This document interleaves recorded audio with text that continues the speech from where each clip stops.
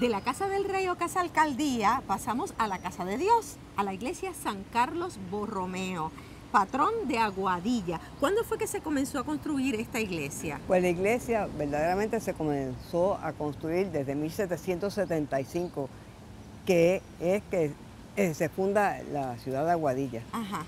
Pero se acabó de construir en 1780.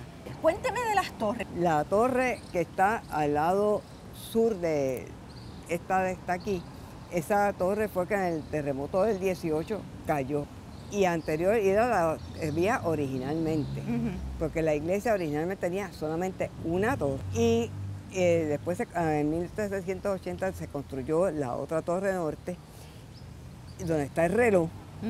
Reloj que lo trajeron de Francia y que lo mandaron a buscar los católicos del pueblo. Por lo general se habla de que antes de construir una iglesia existe una ermita. ¿Existió eso en Aguadilla? No.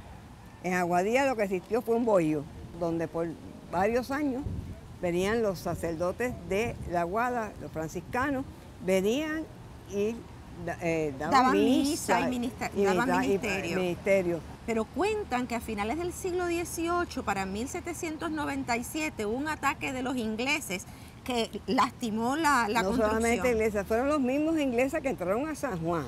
Aquí se encontraba el obispo Sengotita y mandó a buscar de Moca y mandaron a buscar el personal de Isabela y Aguada. Se establecieron aquí con los aguadillanos y con los pocos cañones que tenían, sacaron a los ingleses. Para nosotros es un honor que nosotros pudimos derribar a los ingleses, que en San Juan no pudieron, y así a todos los demás. Bueno, sé que cuando el terremoto que usted menciona de 1918, que se cayó la torre, también hubo un tsunami o un maremoto. Aquí pasó lo siguiente, que el mar se echó hacia atrás. Los peces comenzaron a brincar. La gente de no velero, porque nunca había visto un maremoto, se fueron a coger los peces. En el momento que viene la ola, se lleva a esas personas y entonces llegó hasta la plaza, hasta la iglesia. ¿Y afectó la iglesia? Bueno, no entró dentro de la iglesia, pero como la iglesia se había caído, todo el mundo corrió para el cerro. En esta iglesia, volviendo a la misma, ¿hay alguna imagen o alguna obra que sea realmente antigua, que valga la pena observar? Aquí hay unas cuantas imágenes que son del siglo XIX. Pero pasó algo que te voy a contar, que no todo Puerto Rico sabe. La última obra de Campeche se pintó para esta iglesia. Y la última obra de Campeche desapareció de esta iglesia. ¿Y a dónde fue a parar? Eso ando buscando. La iglesia es la misma del siglo XVIII, cuando fue construida. Es típica de la arquitectura colonial del viejo San Juan, usando lo que se llaman un sistema de arristra, que son unas vigas, unas madrinas que aguantan el techo. Y no tiene bóveda, a excepción de donde se encuentra la sacristía y el altar, que esa tiene pues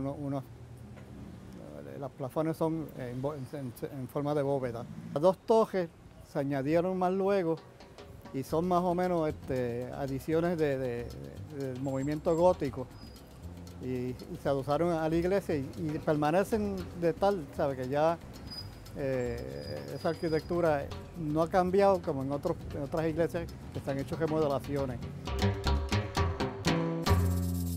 Durante los primeros tiempos, tras la fundación de un pueblo, sus muertos se enterraban en los predios de la iglesia. Según iba creciendo la población, por razones de salud, se iban fundando los cementerios. Estamos en el antiguo cementerio de Aguadilla. ¿De cuántos años data este cementerio? Pues acabamos de cumplir 200 años. ¿Y se planificó la ubicación de las tumbas? ¿Cómo se ubicaban las tumbas? No, fíjate, al principio, pues como verás, esto tiene como diferentes murallas. Pues al principio los que no eran católicos iban en un lado, y los masones y todas estas personas. Muchas veces, por ejemplo, pasaba con los alemanes, que no todos eran católicos, ¿verdad? Pues estaban en diferentes lugares. Y luego, pues ya con el tiempo, pues eso se eliminó y ya todo el mundo junto. ¿Y lo mismo enterraban aquí a los pobres que a los ricos? Sí. ¿Y cuál es la tumba más peculiar de todas? Yo diría que es la de Rafael, el pintor, ¿verdad? Rafael, Helis, o sea, Arroyo Helis, Que es la que está justo aquí al ladito. que está aquí al ladito, sí. ¿Y por qué? Lo ve, se ve acostadito él durmiendo, porque su íntimo amigo, que fue el pintor y escultor Alberto Badi, cuando murió su amigo de prácticamente 20 y pico de años, que acababa de llegar de París, estaba empezando su vida, pero en aquellos tiempos pues, había muchas enfermedades que ocurrían, pues él vino y hizo esa tumba, esculpió todo de cómo era. Por su amigo. Por su amigo. Qué lindo regalo Sí. de amor de amigo, ¿no? Exacto. Dicen que en Aguadilla hasta las piedras cantan. ¿Eso es porque de Aguadilla surgieron muchos compositores? No, eso es de un poema de José de Diego.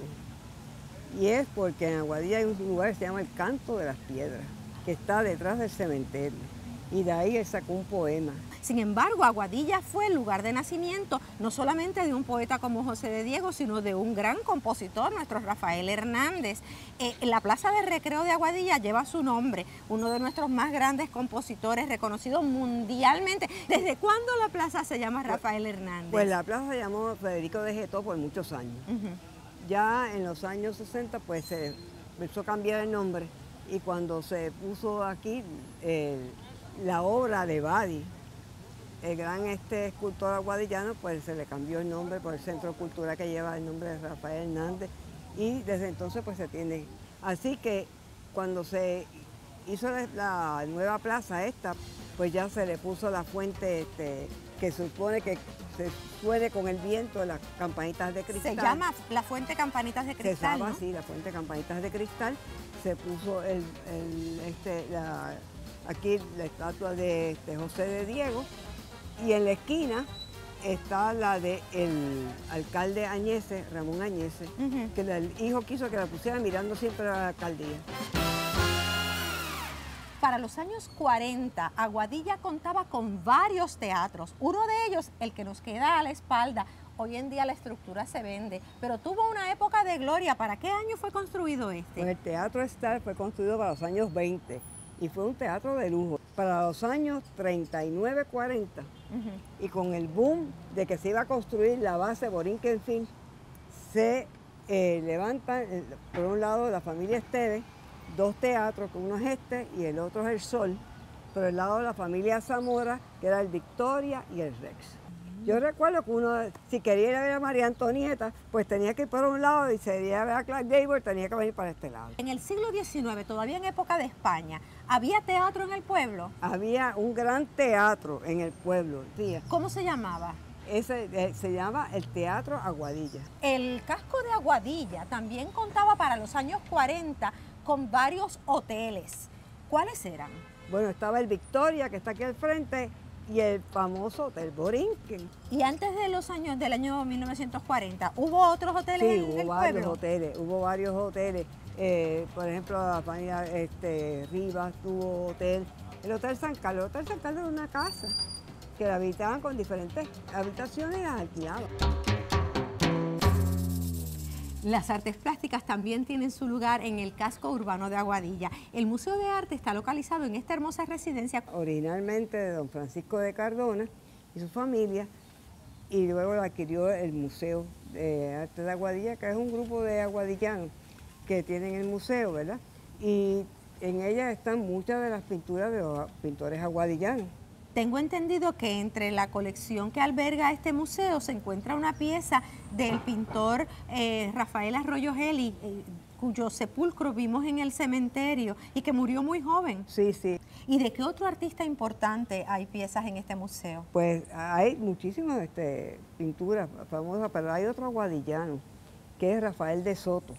Rafael de Soto fue el primer pintor, antes de Arroyo Helis, y tuvo que emigrar a Estados Unidos. Esta es una estructura de principios del siglo XIX, muy típica del movimiento neoclásico criollo, donde se aplicaban diversas formas de los movimientos arquitectónicos de la época de Europa, como es lo gótico, los romanescos,